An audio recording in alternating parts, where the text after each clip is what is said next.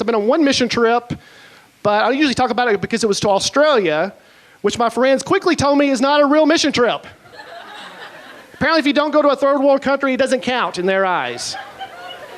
They think I had it easy because they went to like Honduras and Nicaragua and places like that. They think I had it easy because I was in Australia. I think they had it easier. I think it's much harder for me. You go to a third world country, if you bring food and clean drinking water, that's all they need. That's all. You're a god to them. It's easy to convert people in third world countries. I was in Sydney, Australia, one of the wealthiest cities in the world.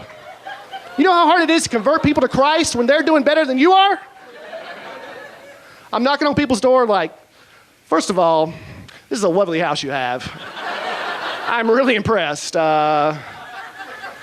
If you have a few minutes, I'd like to sit down with you and tell you how Jesus Christ changed my life. And if you have a few more minutes, I'd love to sit down with you to see how maybe you could help change my life. Because you were clearly killing it. Much better than me. He's gotten me in the afterlife, but you could really help me now. So I just recently performed at a church, and I had to do an hour, and I was very nervous about it. I was like, I don't think I'd have an hour of church material. I called my buddy who does a lot of church shows. He said, look, if you get in a bind, just share your testimony. Because churches have to go for that. And I'm like, but I don't have a testimony. I mean, I'm a Christian, but I'm just one of the boring types that's been one all their life. Day of the show rolls around, and I bomb terribly. Bomb. And let me tell you something. Bombing a church really hurts, because that's like God's disappointed in you. After 38 minutes, I am done. I'm like, I may even get paid for this. And I don't know what came over me, folks. I don't know if it was the voice of my friend's head. I don't know if it was the Holy Spirit. Maybe it was Satan. But I started sharing my testimony. And like I said, I don't have a testimony. So let's just say there's a little church in Mobile, Alabama that thinks I had a serious drug problem in the mid-90s.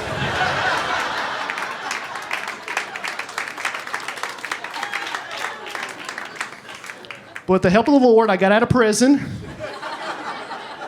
Folks, not only did I got paid, they passed around a collection plate. I made $300 extra that night for my ministry. I am a Christian. I live in Tennessee where it's required. And a lot of, the club asked me, they just assume from Tennessee, they're like, do your opening comics need to be Christians? I was like, no. As long as they're white, I don't care. That's a joke making fun of Tennessee. Kidding.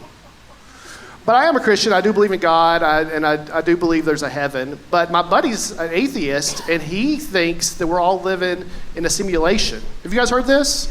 That we're living in a simulation. Elon Musk feels like this, like it's like the Matrix. And I was asking my buddy, I was like, I don't understand though, like who created the simulation? He's like, well, there's an architect, a great architect that created all this. And I was like, but what's outside the simulation? He's like, well, no one knows. It's some greater world out there. And I'm like, but what's our purpose here then? He's like, to realize there's something greater beyond this and to get to the architect. I'm like, dude, I may be ahead of you. I think we think the same thing. Is there a junior architect by chance? Elon Musk has got some crazy ideas. Neuralink, have you guys heard of his company Neuralink? Yeah, he wants to put a chip in your head so you can connect your brain to the internet. And people may even start communicating that way, not even verbally talking, just communicating through their brains. And at first I got pretty excited about this. I was like, that's a good way for me to catch up. But then I started thinking, you know what? I don't know. My wife shops at Costco. She's not buying me a name brand. I'm not going to have Neuralink. I'm going to have Neuraclunk. And it's going to be a little bit slower than everyone else's. Everyone else's will automatically connect to the internet. I'll be showing up at parties like, does anybody know the password? Does anybody here know the Wi-Fi password? And they'll be trying to tell me with their brain. I'm like, I don't understand you. I need the password. They'll have to hardwire me in, run an Ethernet from the bedroom, just into my brain, just through my ear, dial up through my nose. It's not going to be good.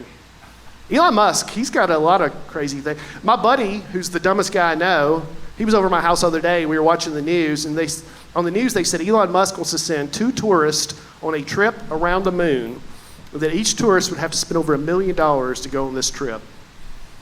My dumb friend looks at me and goes, I tell you what, man, if I was gonna have to spend over $1 million to go around the moon, better make sure it's a full moon.